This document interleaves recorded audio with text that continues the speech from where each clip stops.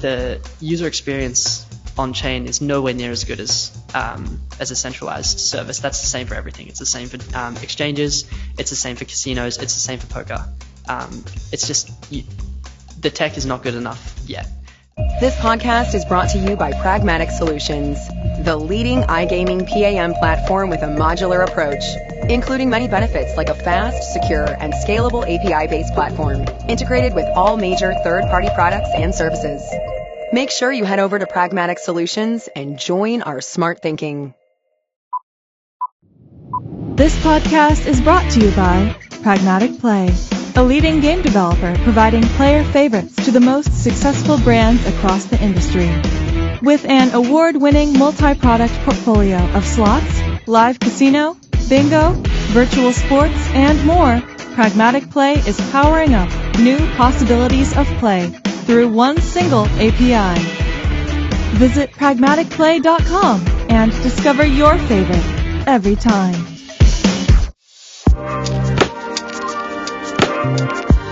And bingo, bango, bongo. Noah Dummett, the founder of Shuffle. Welcome to the Next.io podcast. How are you doing today? Thank you. I'm good. It's good to be here. Cheers for the invite. Yeah, it's very exciting, Noah, because you have started what most likely is the fastest growing online gambling site in the world today in shuffle.com. That has only been live for about 15 months or so, right? And already generates more than $1 billion in monthly wager. This is incredible, and I'm really excited and really looking forward to dig further into that. But before we speak Shuffle, I'm keen to hear a little bit more about your origin story, Noah. You know, you were born, now you're here, and what happened in between? Yeah, cool. Well, I guess we can kind of start from the very start. When I was a lot younger, when I was about 15, 14, I grew up in a country town. There was like 4,000 people. I went to a school that had, 200 people in it. And while I was there, I really did not like it. Like I felt like, life had to be faster than this. Like there had to be more to it. Like most of my friends were farmers, tradies, those kinds of things. But that wasn't for me. So I started coding. I thought that, we're in a technical world. It would help to be able to build technical things. So I taught myself how to code at 14 and was just building things. And in the circles that I was in, crypto kept popping up. And I thought, okay, this is cool. It makes a lot of sense. Like rationally, this should be a thing in the future. I think that was in 2013. Obviously, I didn't really have any money. I was 14, 15. I was working at, the local fish and chip shop. But I was learning a lot about it and coding. And by the time I was 17, I was kind of like, wait, can I swear on this? You can swear. All right. I was like, fuck this. It's time to get out of here. I felt like, 10% of what I was learning at school was not what was needed. Sorry, only 10% of what I was learning at school was necessary. And the other 90% was like stuff that I would probably never use. So I dropped out of high school at 17, started working for a tech company called Intercom. They make customer support software. A lot of sites use them now. And then, I was there for a couple of years. After a while, crypto at the same time, I'd been buying crypto on the side and kind of keeping up with the space. It was 2017 at that point. I think there was like a big bull run to like 20K or something. And I was like, okay, it's time to make the jump. So I left Intercom and joined BitMEX, which I don't know if you know much about crypto, but it was the biggest derivatives exchange at the time. They kind of invented Bitcoin futures and Bitcoin, like the perpetual swap. I was trading on there. I lost a little bit too much and I was like, okay, I might as well like work for these guys. Like obviously they're profitable and they have a good product. So I joined that team, and kind of saw the rise from, they were pretty small when I joined. And then they got quite big towards the end. And I kind of saw the writing on the wall that maybe it wasn't going to last for them. At the same time that they were kind of seeing their run up, FTX launched, and no one internally took it seriously. Like FTX, it was a really good platform. The team behind it were fucking smart. And it was clear that they were on something, but at BitMEX, everyone was like, all right, BitMEX is number one. We're never going to be anything less than that. FTX is a joke. And so I started talking to SBF whilst I was at BitMEX. I think they were a month into launching FTX, and I was like, hey, I think what you're building is pretty cool. I think I can help. I have a lot of experience at BitMEX, kind of saw what it took to build that. SBF was like, yep, come to Hong Kong. So I went to Hong Kong, and then 2 days later I signed on, joined the team. And I mean, that's a whole story in itself. I was at FTX from 2019, probably like 2 months into their launch, until maybe 2021, mid 2021, I think it was. And I mean, there was a lot there. Like, obviously that didn't turn out super well. Like they had a massive run up and then a massive crash, probably like one of the worst crashes we'll ever see in crypto. But I learned a lot from that, right? Like you learn a lot about what to do and what not to do when running a business. And I think we've brought a lot of both of those to Shuffle. Yeah, learnings definitely come from difficult times, that's for sure. Can you reflect a little bit more on that time in FTX, Noah? Can you kind of give a little bit of the inside story from there? What went wrong eventually? Were there any signs on the way, that things were, that there were kind of holes in this product? Can you talk and reflect a little bit more on your time at FTX? Yeah, for sure. I don't think I've ever like publicly spoken about this, so this is going to be interesting. Exclusive. Yeah. But yeah, I mean, FTX was a really cool company. Like, you joined, and when I joined, so Alameda Research is the trading firm that set up FTX. And the two teams were they were in the same room, for the majority of my time there. It was just 20 people in this box in Hong Kong. 10 were Alameda, 10 were FTX. And there was a lot of back and forth, like helping each other out. There was never any Alameda was never running stops or anything like that. But it was a cool energy. It was like everyone was on the same page. FTX was going to be the biggest exchange. Alameda Research was going to be the biggest, trading fund in the world. And it was electric. It really felt like the start of something massive. The issues, obviously, when you run that fast, and when I say we would wake up, walk straight to work. It was, they put us up in apartments that were, maximum 10 minutes away from the office. We would wake up, have a shower, go to work. You would be working for 16 hours, and then you would go home, sleep, wake up, go back to work 7 days a week. And it was like, we were fine doing that because we were all on board with this mission to build the biggest exchange in the world. Obviously, when you run that fast and when, there's so much pressure on, there's a lot of burnout. A lot of people kind of worked as hard as they could for a while, and then obviously you burn out if you do that too much. But as well as that, there was a lot of there were no guardrails in place. I remember, and I'm not proud of this, but when I was at FTX, and then maybe 6 to 7 months in, there was an opening on the Alameda side of things, and I thought that that was a little bit better suited to me. I much prefer trading. I like the math side of things. So I moved to the Alameda side, and I was doing settlements and OTC. And in my first probably 2 weeks, I accidentally sent 10 mil to the wrong person. And luckily, it happened. My hands started sweating. I was like, for fuck's sake, I've cooked it here. But I ended up getting the money back. They were gracious enough to send it back. But the fact is that could have happened. There were no guardrails in place to stop something like that happening. And as well as that, no one probably would have known unless I had have been okay, I fucked up. I'm going to fix this. So yeah, it was, there was a lot of things where it was messy and there were no processes, and, it felt like there weren't adults in the room. And that eventually led to their downfall. When they actually went down in November of 2021, November 2022. We were just about to launch Shuffle, or we were pretty close to. I think we were 2 months out. And I wasn't really paying any attention because I was pretty busy getting this off. And then one day, I just saw the headline that FTX had gone down. There was an $8 billion hole. And I was I sat there, I thought about it for 10 seconds, and I was I can see exactly how this happened. And I told, I was pretty open about, as soon as it happened, I was pretty open with what I thought the issue was, and it turned out that was the issue. This whole line of credit situation with Alameda, and the fact that settlements were handled across companies with no, nothing was written down about it. And yeah, it took me like 10 seconds. I was like, yeah, I can see exactly what happened here. So yeah, it was messy, but the vibe was insane. The energy was incredible.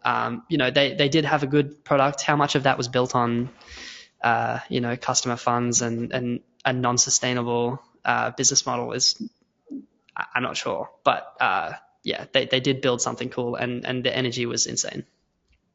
FTX almost ventured into online gambling at some point as well, right? With the proposed acquisition of PlayUp. That eventually went sideways in a quite public fashion. It was mostly on the PlayUp side that caused that disruption, I suppose. Were you part of that in any way? Like, can you tell the inside story of what happened when FTX tried to acquire PlayUp, and just in general what the FTX thoughts and ideas were around entering the online gambling industry? I guess a quick question for you. Was that a big thing in the gambling industry? Because I feel like it happened, and in crypto, no one really knew what PlayUp was. Yeah. But when you brought it up, I was like, oh, I'm surprised. In our world, this was a big thing, right? Because it was very much in the public sphere, and the fact that FTX, which was so public and well respected at that point, we're venturing into the online gambling sphere was revolutionary for us, because we are generally not used to that big entities dabbling into our industry. So it became a big thing in our industry for sure. Okay, that's interesting to get it from your side of things. But yeah, so that deal, I think it was being discussed whilst I was still there. I had left by the time it came to fruition, or when I say came to fruition, it kind of imploded. But I know SBF for a very long time was interested in gambling. I think around the same time as Alameda became a thing, he was looking into doing sports betting instead. And there were multiple traders on the Alameda side of things that had done sports trading before, like professional sports betting. He knew that there was a lot of value there. Obviously, his whole thing was about EV, and one of the highest EV things you can do is run a casino, right? Because you're taking bets that are always weighted in your favor. So it was always of interest to him. Actually, before FTX went down, there was a team internally that were building a sports book, and they were going to have their own sports book that had, you would log in with your FTX account, and it was like cross-wallet integration, so your FTX funds could be used on the sports book. And when I heard about that, I was like, oh, that's actually a really good idea. And we were building Shuffle at the same time, and I was like, oh man, like that would be a really good edge to have. But yeah, so it was always something I wanted. I don't know the specifics as to why the deal fell through. I think that Sam can be like a very tough negotiator, and I think he knew that he could just build this himself, and so he probably like tried to push hard deal. But yeah, if they hadn't have exploded the way that they did, they would have made their own sportsbook. Fair enough. And Noah, you talked earlier about you being part of the crypto world since around 2013. At that time, Bitcoin number one, Litecoin number two. It wasn't that much kind of innovation that took place at that time. That later came with the launch of Ethereum and the innovation that came through there. Can you talk a little bit about your evolution through your crypto journey throughout the years? How has your thinking changed around crypto as a thesis? Where do you think crypto will go? Where are the major use cases? NFTs came and went in the profile kind of current form, and there's been a lot of trends throughout the years. Can you talk a little bit about again your journey through through crypto in the last 10 years, and where do you think the space is heading? That's a good question. I mean, as I said, when I was 14 or whatever, starting to learn about this, it made a lot of sense, but I didn't have the money to put into it. So I only really started buying when I was maybe 17.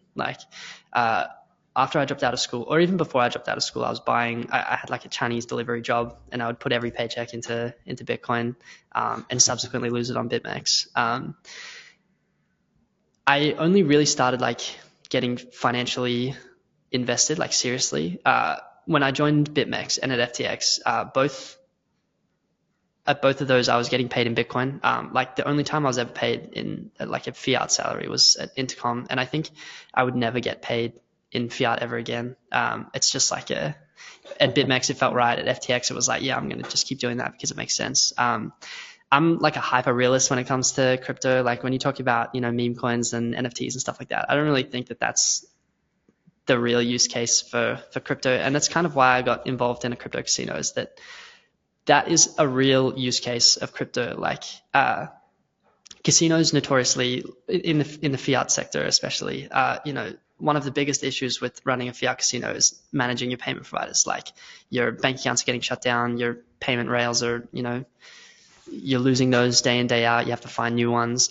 Crypto, you can't do that. Like you have a wallet, you send money to the wallet, that money is there and that's yours. And at no point is there, or theoretically, like obviously you can get involved with Fireblocks or whoever else, but at the same time, you still hold that crypto. I think that at the end of the day, crypto's main purpose is as, for one, value store. Like it's effectively like what gold was. But as well as that, it's for payments. I don't really see much outside of that. I haven't seen anything that I've been like, yeah, that's crazy. Maybe permissionless tech. There's a lot of like cool smart contract stuff that you can do on Ethereum that you have been able to do for the past like 3 or 4 years. It's either trustless technology, payment rails, or store of value. NFTs, I've never really been big on those. I think that there are some interesting communities, but you don't really need crypto for that. I'm desperately trying to revive my Meebit here, so I'm like doing some promotion. I'm hanging on to it, although minus 95% or something like that since the peak, but diamond hands and so on. So I wanted to switch topic here. So after you left FTX, you eventually ventured into the world of online gambling, and I suppose your first venture was trying to build an online poker venture, right? Which was kind of supposed to be on-chain, Web3 based, and decentralized. But you realized that was not a viable product after a while. Can you talk a little bit more about that first attempt to create a fully on-chain Web3 poker casino, and why was it not viable to create a fully decentralized Web3 online gambling product at that time? Cool. I'll kind of give the story from leaving FTX to maybe like the idea of Shuffle becoming a thing. So I left FTX. There was a number of reasons. For one, I was kind of stuck in Australia. It was the middle of COVID. There was lockdowns. In Australia, they like shut the borders. So I came thinking I would be able to get back, to Hong Kong in 2 weeks. And then they were just like, yeah, you can't leave, which is crazy. But and feels like a different lifetime. I know, it's insane. I was thinking about that the other day. But yeah, working at Alameda, it was not something that you could do remotely. There was just too much happening. It was too fast paced, and you miss out on so much by not being in the office. So I left because of that, and it was a messy company. There were some other issues. But I took some time off, and I was thinking about what comes next, and I thought, my background is in exchanges. I should probably do an exchange or some kind of OTC thing. And so looking at the Australian crypto exchange environment, it's pretty dead. Like there's 3 or 4 pretty crappy exchanges that service a relatively large market. And so I was looking at doing that. And then I was thinking about it, and I was like, actually, like the upside of doing this is not what it needs to be for me to put in the amount of work that I was putting into FTX. I had done, I'd made some good investments and whatnot at FTX. And so whatever it was that came after that kind of had to be pretty high upside.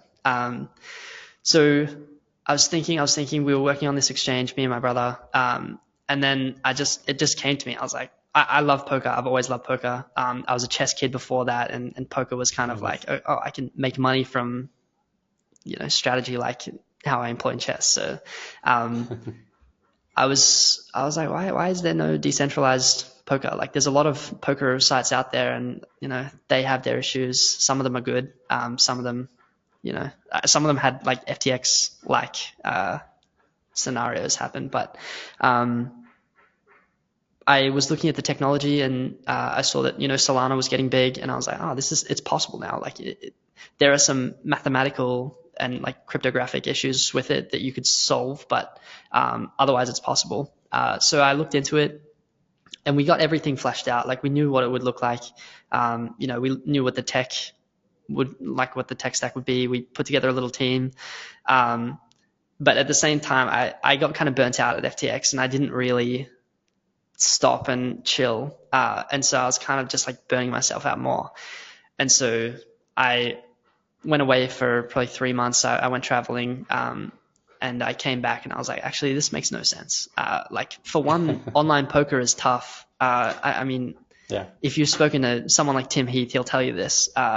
It's a really tough industry because, you have this pool of sharks that just feed on the fish that come in, and that pool of fish gradually dwindles. And I might be wrong, but I don't think that pool of fish is filling up enough to satisfy these sharks.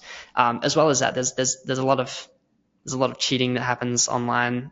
It's very easy to multi-table.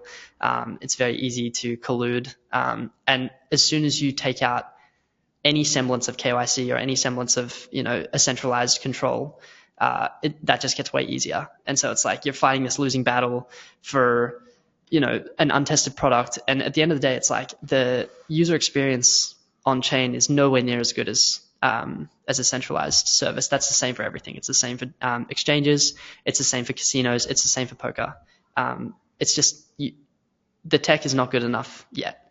Like, when we were starting Shuffle, people asked us, all right, is this decentralized? Is this on chain? But it doesn't make any sense because people want to place a bet, have the payout, that's done, place another bet, and they want to do that really fast. And even on Solana, you can't do it that quick. And there's transactions failing. There's just a bunch of user experience issues that mean that it's not possible right now. And I don't know if it'll be possible ever. I used to think it was, but I don't think so anymore. And I don't think that's necessarily a bad thing.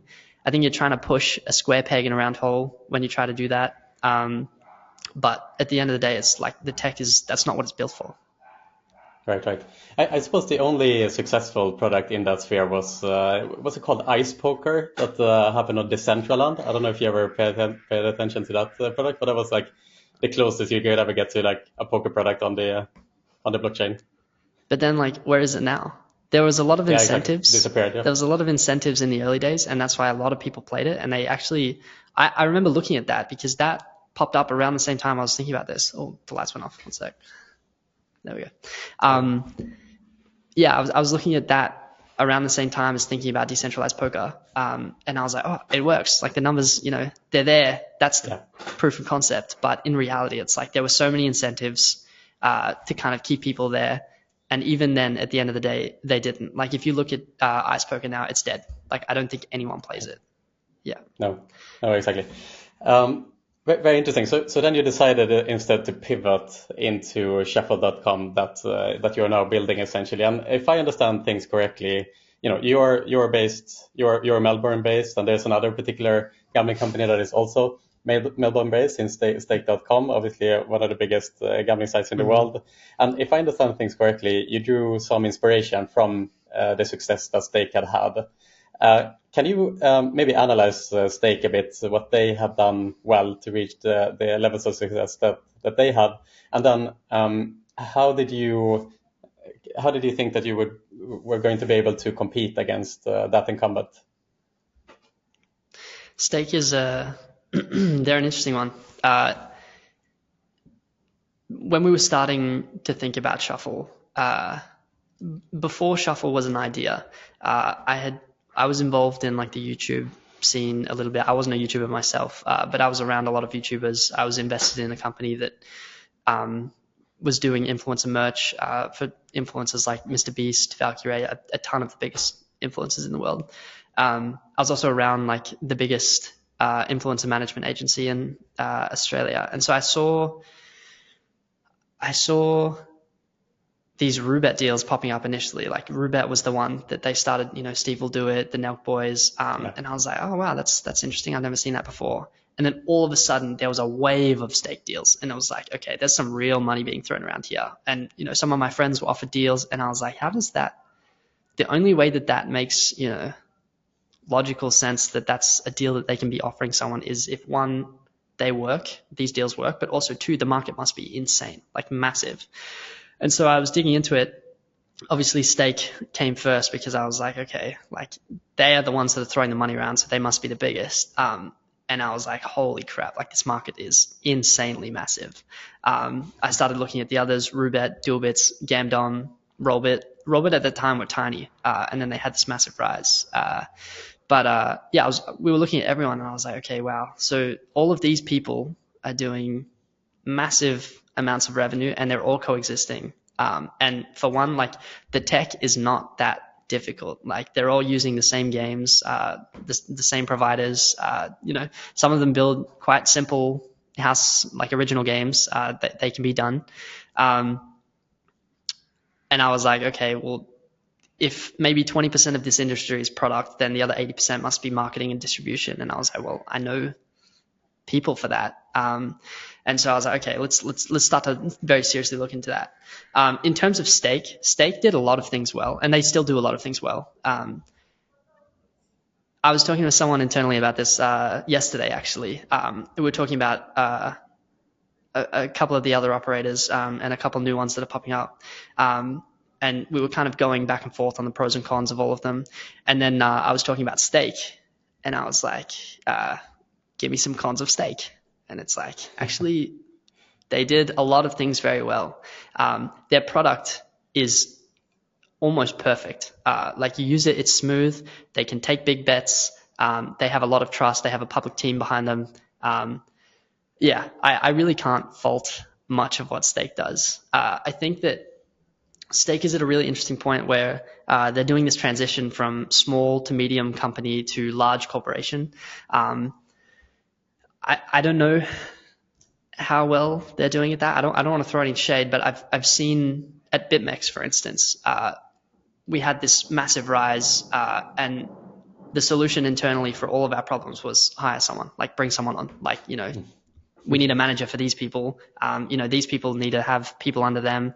And it killed the company. Like it was this behemoth that was doing insane revenues, and the growth was nuts, and the energy was amazing. And then they brought in a ton of people that, didn't really care about the product, didn't really care about the rest of the team. They were there for the paycheck.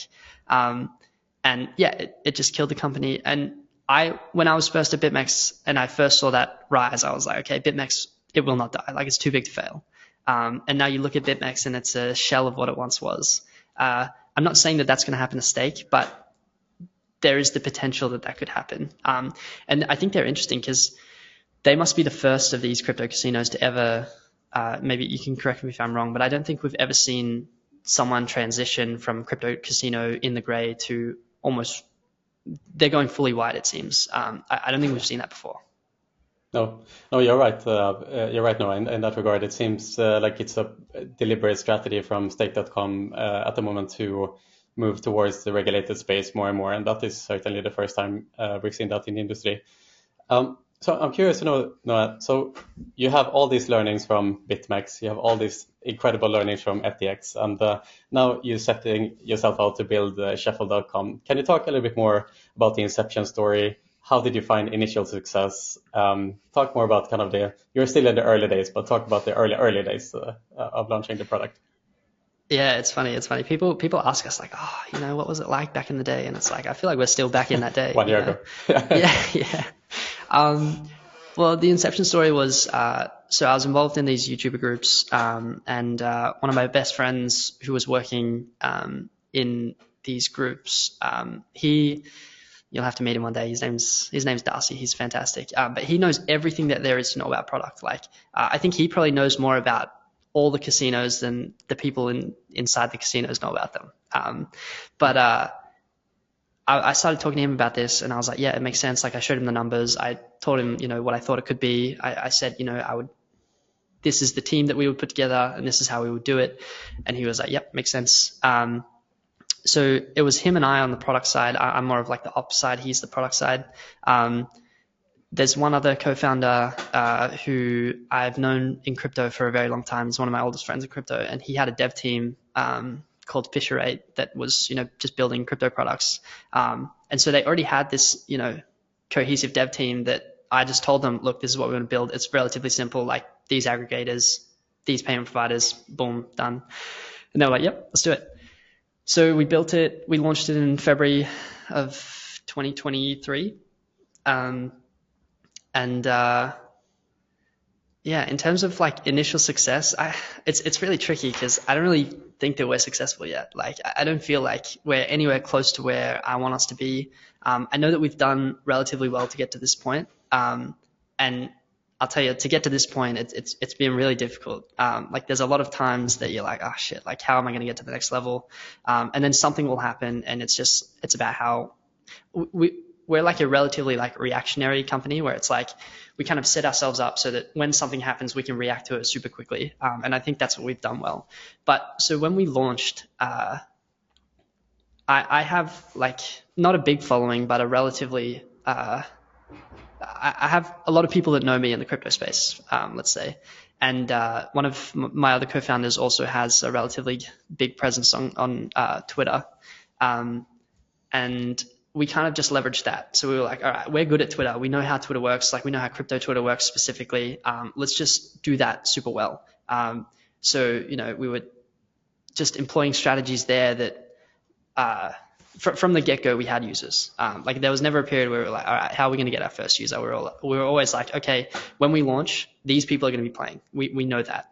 And then from there, it was just like, because we've never been in gambling before, it was a lot of like, all right, we're going to try this, doesn't work. Try this, okay, we had some success here, so maybe we'll try this version of it. That had a lot of success, so let's like double down on that strategy.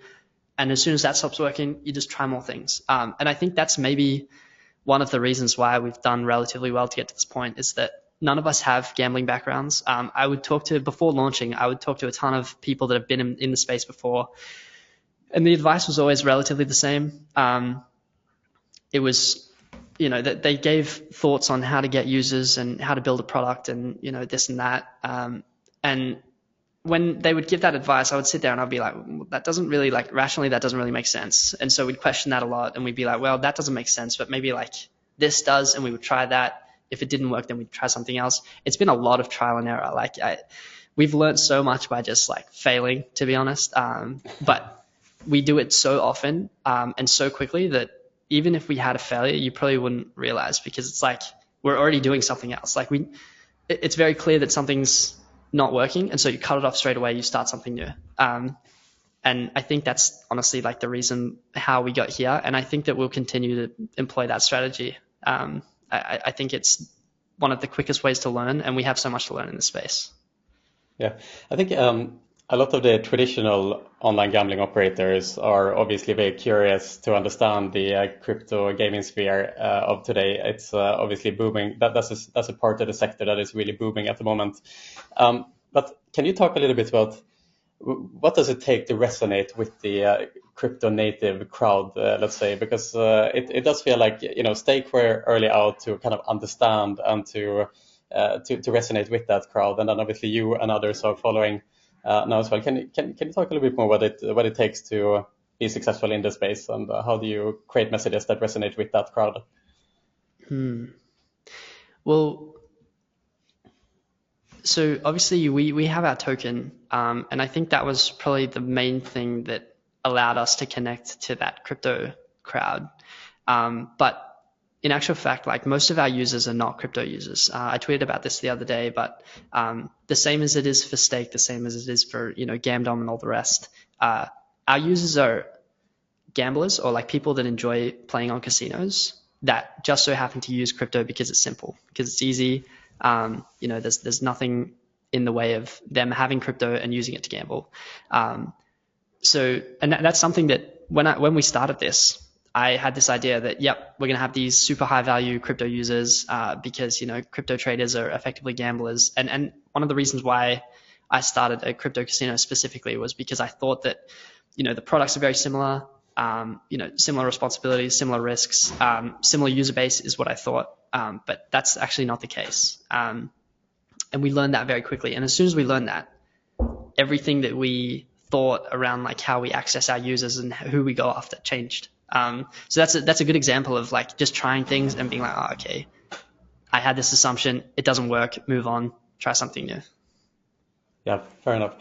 You mentioned, of course, that you launched your own token. Can you talk about why that is important for Shuffle.com to have its own token, and maybe just explain in layman's term what the token is? Yep, for sure. So the token for us is important because, well, for one, we're crypto natives. Our background is not in gambling, and so you got to kind of lean into your strengths sometimes. And I've been involved in tokens before. I've seen a lot of tokens being launched. I've been involved in investing in tokens for God knows how long. So I know a lot about tokens and about how to do it relatively well. It's important for us because we obviously, the goal, unapologetically, the goal has always been to be the biggest. Like, we want to be the biggest casino. If we're going to do this, we're going to do it properly. Like, we're really going to try. And so we're kind of trying to turbocharge. Like, Stake have had 7 years to build or something like that. And we're trying to do it in 2 or 3 years. So you kind of have to leverage your strengths, and part of that is the token. For us, the token, it gives us access to a community. Like, we can build a community around this token. Building gambling communities is tricky because the community itself changes so often, and there's a relatively high amount of churn in gambling. So that is not the most effective way of building a community, but a token is fantastic. It's like you can build this separate user base that is rallying behind you, and they're using this token to do that. So that's been really fantastic for us. We also did this airdrop. So I think it was March of this year, like 2 months ago, we did this airdrop, which effectively we gave away like $50 million worth of this token to all of our users that have been using it for the past 12 months. And that was probably like one of the biggest bonusing events that has happened in the crypto casino world. Because effectively, like, you had these gamblers who have played on Stake, they played elsewhere, they played everywhere. They came to us, played with us a little bit, then they either stayed or they left. And then all of a sudden we're like, hey, you played with us in our first 12 months. Here's X amount of money. And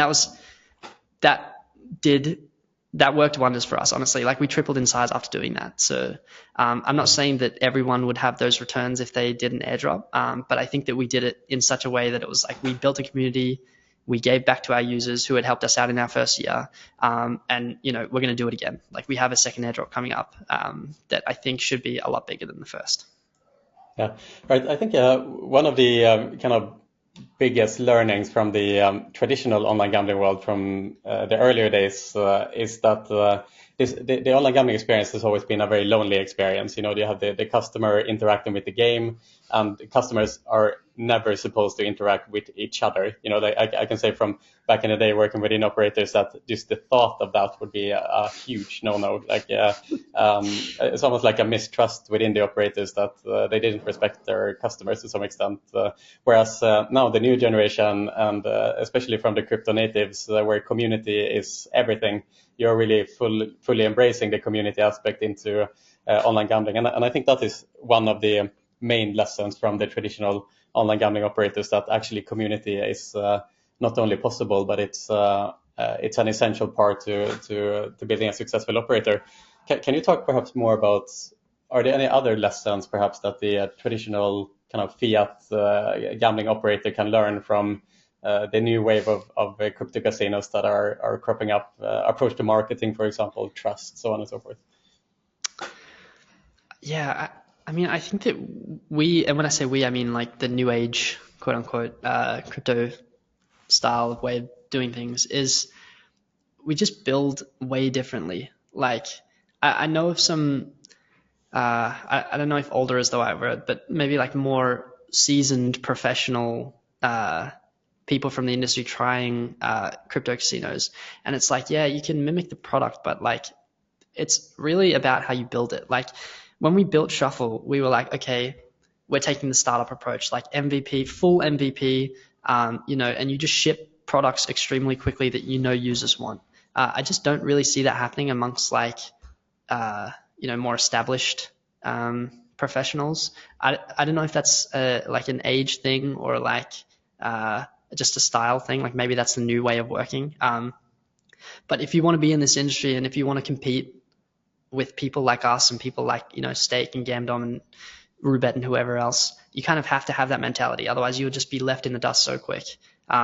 Especially I don't think we've seen the full evolution of what gambling can be online. It's kind of, the transition has been really slow from, the product itself has stayed the same for a very long time. And the only difference really between crypto casinos and fiat casinos is, obviously there's some differencing around, as you said, the community and even bonusing, and obviously payment rails. But I think that we will probably see quite a big shift in what the product looks like. This whole community aspect, playing a hand of blackjack, it doesn't really lend itself well to being in a community. But I think there's a lot of other gambling or kinds of gambling that probably can. But if you can't build quickly and if you can't ship quickly and if you're not in tune with your users, I think that you won't be able to compete. So if I was a fiat operator right now, I would just be like, okay, how do we get scrappy? How do we do things quickly? How do we, go the full startup approach where you just get a product to market, you test it, you see what works, you see what users actually want, you listen to them. That's what I would do. Yeah, I think that's a great approach in general, because you mentioned our mutual friend Tim Heath earlier of YOLO Group, and Tim is a gambler himself. Tim will travel across the world to meet fellow gamblers and his own customers around the world to spend time with them, to take them out to dinner, to gamble together with them. And obviously he is very close to the customer to the point where he can see their perspective, he knows what they want and so on. And I think in a lot of the legacy operators, there is a very big divide between the operation and the customer. The only time there would be an interaction would be if there would be a support errand, essentially between the customer and the operation. And that seems to be something you do quite differently. And if you have your own community, you get feedback from them. What do they want? Have genuine conversations, connect with them, bring them closer to the product. They are part of the token, so they have an incentive to actually want to be part of improving the product. And when you can truly say that you are kind of like by gambler for gambler type product, you can just imagine the acceleration in product development that comes from that and just the understanding. So I think that's a really interesting and a good approach that perhaps the legacy operators are somewhat not thinking about for the most part. Yeah, I will say that Tim Heath is an interesting one, and I'll give him a little shout out here. But he is one of the people that have come to the crypto side of things and actually done well in evolving to it. But he didn't do it from a product point of view. Yesterday when I was talking to some people from the team about what people have done well and what they haven't done well, there is a product approach that I think Rollbit really took it. Their product is insane. The things that they're shipping is very, very cool.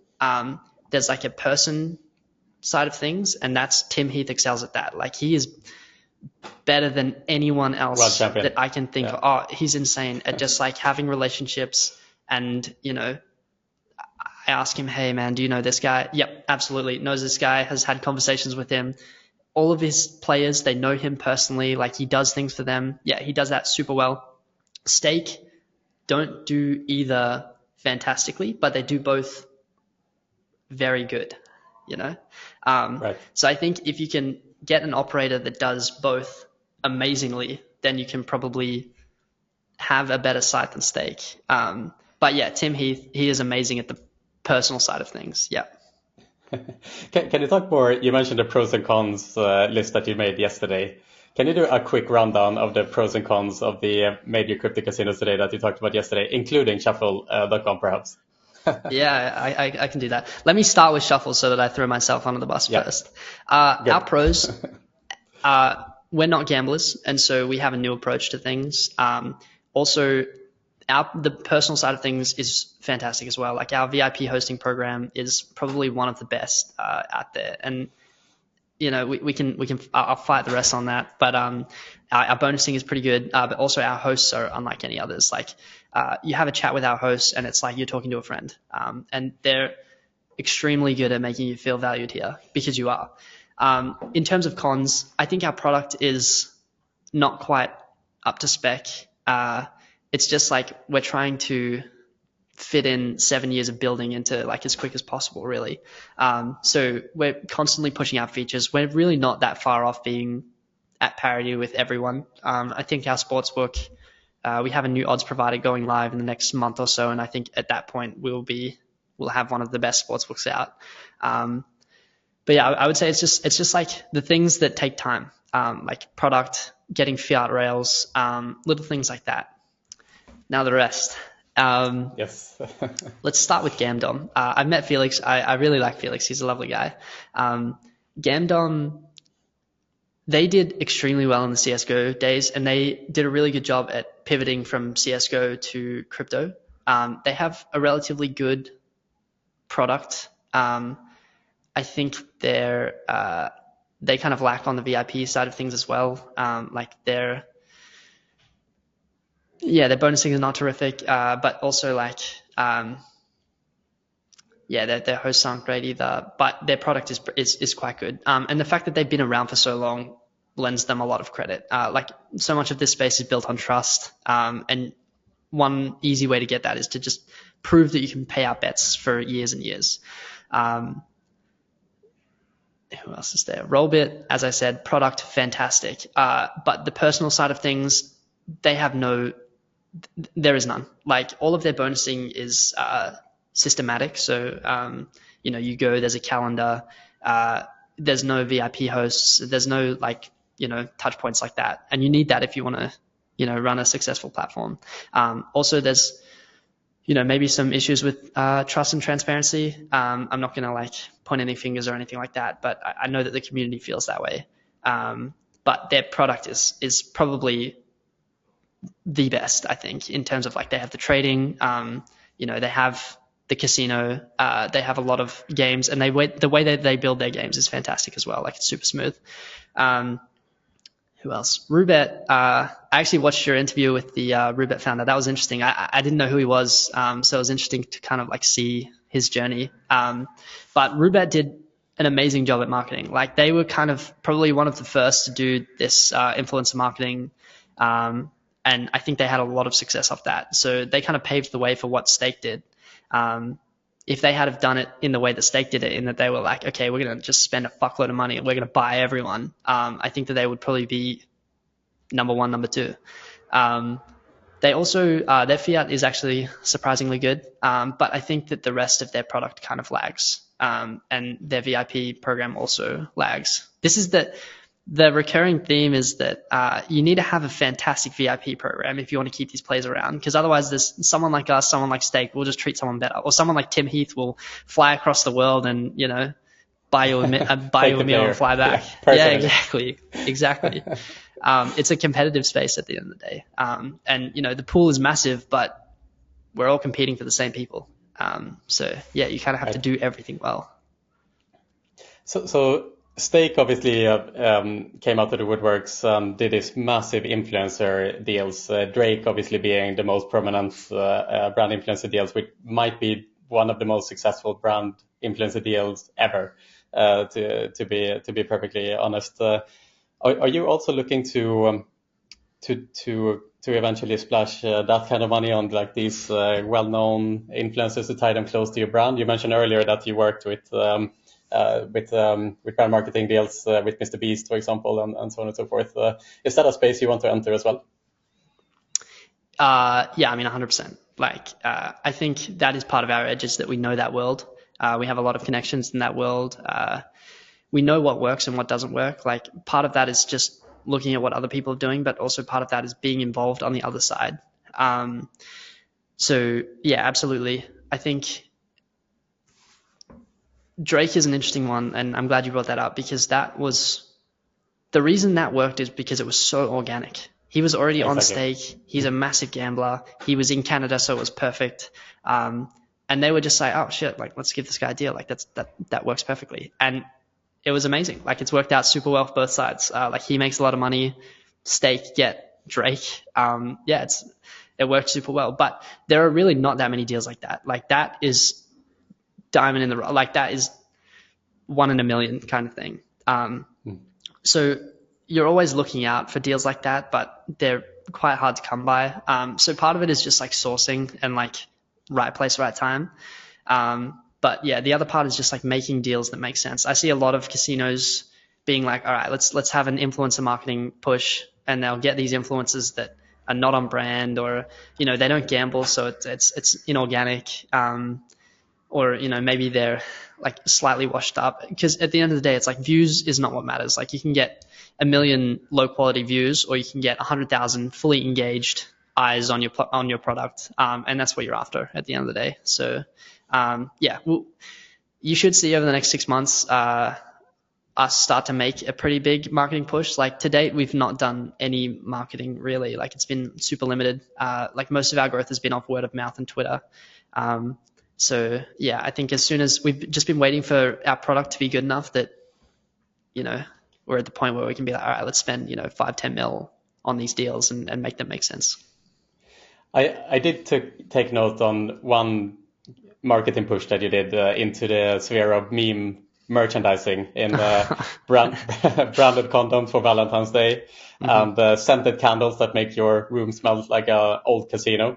I had a bit of a chuckle at home when I saw this branded meme merch. So can you maybe give a little bit of a tease of any upcoming branded merchandise that you are thinking about right now? I can imagine that the guys are hard at work right now trying to figure out what is the next branded candle scent and so on.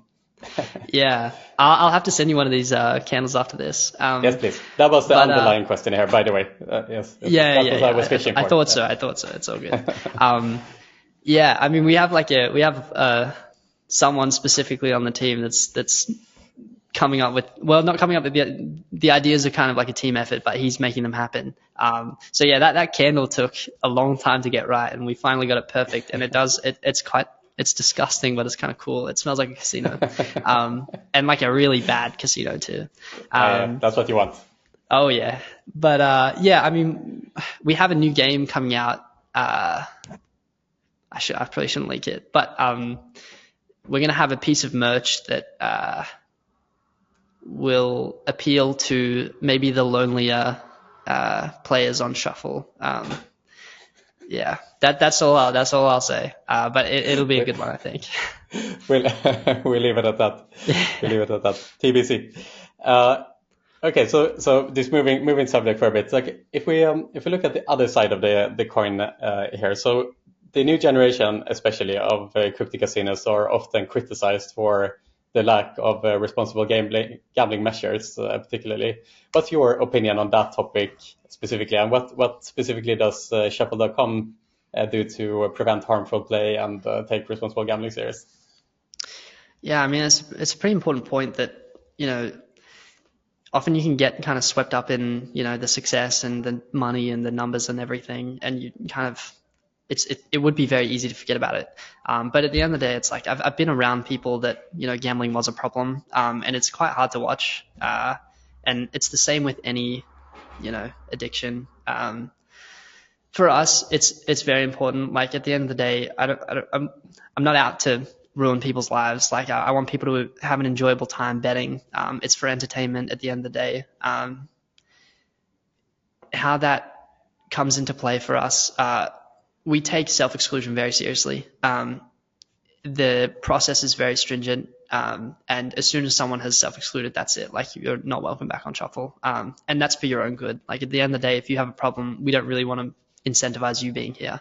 As well as that, I think that there is a little bit of room to improve in the entire space. I will admit that, like when I first came, I was like, oh, this is like what other people do and what is the standard in this space is probably not as stringent as it should be. I think that we're going to see a lot more pushes towards regulation and towards like enforced KYC. And I know that, someone like Stake is starting to do that because obviously like they're moving into the white, but at the same time, I think there will always be the opportunity to not do it, but I don't think that should be the standard. And I don't think that will be the standard for very much longer. But, obviously you would know that there's some regulation changes coming in Curacao, which is where most of us are based. And I think these are good. I don't know if they're enough. I think that there could probably be more. But yeah, whether it's a regulatory thing or whether it's like self-enforced, which I think it probably should be, we'll kind of see. I think the next 6 months we'll see some changes. Yeah. So Shuffle is obviously growing in an exponential pace. As we mentioned in the beginning, you're already generating more than $1 billion in wager monthly at the moment, and you've only been operating for the last 15 or so months. You talked earlier as well about scaling issues in previous companies that you've been a part of. Is that are you experiencing any growth pains internally? How do you plan to scale the business? How do you plan to kind of learn from those previous experiences? And I think you have a pretty lean team as it is right now. Like at some point, will you need to scale the team larger? Yeah. I think I have like a little bit of PTSD from the other companies and what I've seen. And so I think that we actually probably were too slow in hiring. Like we knew that we would have potential growth, but we didn't think it was going to be like this. So I mean, my support guys were quite angry with me for a very long time because I was like, nah, we're good. Like we don't need to hire more. We don't need to hire more. And then we had this, we tripled in size over the span of 1 month. And it was like, yeah, okay, fuck, we need a lot of people now. So yeah, we'll always run pretty lean. I think that's the best way of doing things. It means we can pivot quickly. It means, I know every single person on the team. And when we get to the point where I don't know everyone on the team, it'll be a sad day. But I think that we've done pretty well with scaling so far. Everyone kind of works triple as hard as what I think a normal person would, because we all know what this can be, and everyone is kind of incentivized to get us there. So yeah, I mean we make up for the lack of headcount by just everyone working extremely hard and being willing to do anything. Like I'll say, hey, we need this done, and maybe it's not this person's responsibility, but they'll take it on and they'll do it, and they'll do it really well as well. They're not just doing it because I ask. So yeah, I mean, at some point we'll have to move from this like hyper lean team that we have to like a bigger, leveled organization. But I'm gonna fight that as long as possible. Yeah, right. And I heard as well, like the average age in the team is super young as well, like it's like the average 24 or something like that. Like, what's the pros and cons of having a team that is on average that young? Yeah, I mean, like full transparency, it's like a lot of the early employees were people that I knew. Like they were people that were in my circles, they were my friends, they were people that I'd worked with before. And so you do get this kind of culture where it's like everyone on the team is friends. Like there's we're all behind each other, but at the same time, it's like we're all hanging out. I go on holidays and I'm going on holidays. Well, I haven't been on holiday in a long time, but if I was to go on a holiday, it would be with these guys. And so it's good and bad. Like there are pros and cons to that. But as well as that, like there are some things that you do need experience for, like financials. All of our financials are handled by someone that, brings the average age of the team up. Legal's the same. Like you don't want to cut corners with either of those. But on the flip side, like it's a really good time working here. Like everyone has the same mentality. Everyone works with the same, goals and we're all striving for the same outcome. So yeah, I honestly I wouldn't change it. Like we're not specifically trying to hire people that are like 25, but it's just so happened that the best people for the job are like young, hungry guys. Yeah, fantastic. So eventually now when you scale, I suppose you mentioned earlier that the goal here is to be the biggest eventually. And so, Stake has gotten to the size now that they are moving into more regulatory environments, and they are transitioning into this like large scale company with all bureaucracy that it perhaps brings. Do you eventually foresee you taking a similar route? Will the long-term play also be to move towards regulated territories, or will you try to kind of stay in the more lenient and flexible space for as long as you can? From when we started this and from when we started building this, I was very frank with the fact that the way that things are right now is not how they'll be in 2 years. I think in 2 years things will tighten up. Different regulation will come in, and you have to kind of be ready to evolve and change into that. The way that we built the product was such that it's kind of like we built it specifically knowing that at some point we will have to have entities in each region. We won't be able to be this, global, this is the site and everyone can be on here. So yeah, it's definitely like that. That is the goal. And I have spoken to other operators in the space about this, and a lot of them are like, but you can't do this and you can't do that, and there's no growth of that. But it's like, by the time you're doing that, like if you're Stake, you're really not complaining about having to do that because you're making $1 billion a year or whatever it is. So I think that it kind of comes with the territory of being that big, is that you have to safeguard things and make it so that it's like 100% safe for your players as well. So yeah, I think that's the way it's going. But I think we'll also see the split in the space where it'll be like people that change and evolve with the times and with the regulators, and then others that are like, okay, we're going to go against that. And I think that at the end of the day, it's like this group that is willing to, maybe make some sacrifices. I think those are the ones that will last for the next 5 to 10 years. And these other ones, they'll probably grow a lot faster, but I don't know that they'll be around for the long term. Brilliant, Noah.